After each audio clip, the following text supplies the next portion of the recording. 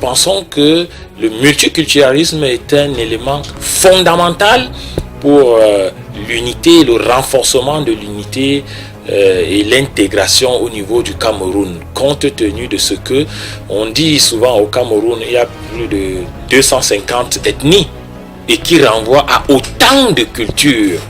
Donc c'est un élément essentiel, c'est même un élément caractéristique de l'ADN du Cameroun. Jusqu'ici, la coexistence des cultures au niveau du Cameroun s'est faite de façon assez harmonieuse, dans la mesure où les groupes ethniques qui sont au Cameroun ont appris à s'accepter, à vivre ensemble dans un espace territorial et à se comprendre mutuellement. On dit un Cameroun uni dans sa diversité. C'est pour dire que au lieu de nous séparer, vraiment, la diversité est l'élément qui enrichit le Cameroun. Lorsqu'il s'affirme, on se dit, ceci c'est un Camerounais, qu'il soit Bamileke, qu'il soit Béti, qu'il soit de l'Est, Maka, Bakoum, ou bien qu'il soit Bororo ou autre pygmée, on reconnaît le Cameroun par sa capacité à pouvoir démontrer son appartenance à une pluralité ethnique.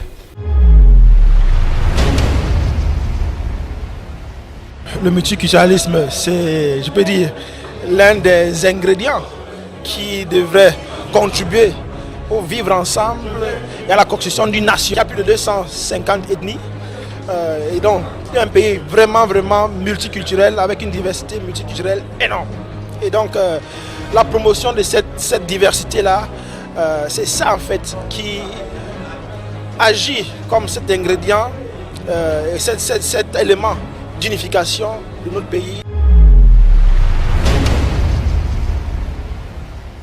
Dans notre pays, vous l'avez suivi toute l'année dernière, il y a eu des fortes mesures institutionnelles qui ont été prises pour créer au Cameroun une commission nationale chargée, n'est-ce pas, du bilinguisme et du multiculturalisme.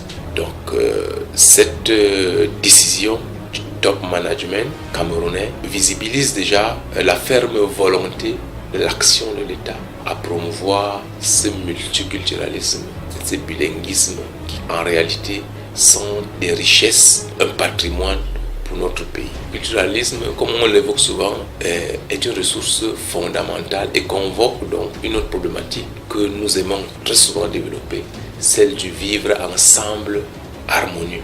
Plusieurs cultures doivent se conjuguer pour promouvoir une culture nationale. Il n'est pas question d'avoir des sujets, des associations, des tribus, des équipes et autres là, qui rivalisent d'adresse avec le mandat d'une société globale, comme une société macro autant pour moi, comme celle de l'État. Comment chacun pourra faire cet effort de dépasser ses colorations primaires pour se revêtir des vêtements de la nation.